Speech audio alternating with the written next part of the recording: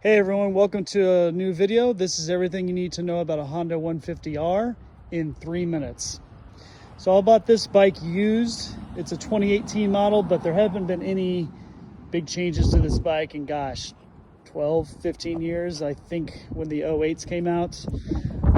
This bike is the Expert.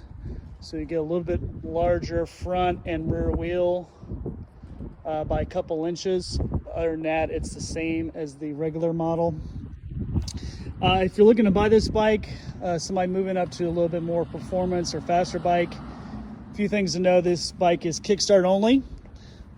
There is no battery, which is good and bad. No electric starts, but it does make the bike very light and maneuverable.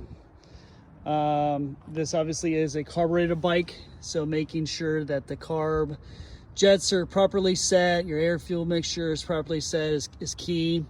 And the owner's manual does provide instructions on how to do that. It's fairly straightforward if you've ever kind of messed with a carburetor before. So as far as sizing, I'm gonna have my rider Carson come in here to give you an idea. He is about 13 years old, is 5'4", so you can see here in tennis shoes. He's nearly flat-footed, just a little short, but in riding boots. In the video he posted yesterday, he was actually standing on this bike flat-footed, so kind of depending on the footwear. But this is certainly not a bike for beginners. If you've seen the other videos on the Motor Tripping channel, you've seen the 125 big wheel. That's his regular bike, but he's kind of moving up to this one as he's getting older. So definitely look at the Honda 110 or the Honda 125. Next thing I want to talk about is kind of common maintenance and issues with this bike. Maintenance, it does need valve adjustments probably once a season. And then just, of course, regular oil changes. The chain does like to loosen up quite a bit. This is an aftermarket one, but the stock one was already stretched pretty good by the time I had bought it. But the main thing I want to talk about is the camshaft in this bike, the Unicam.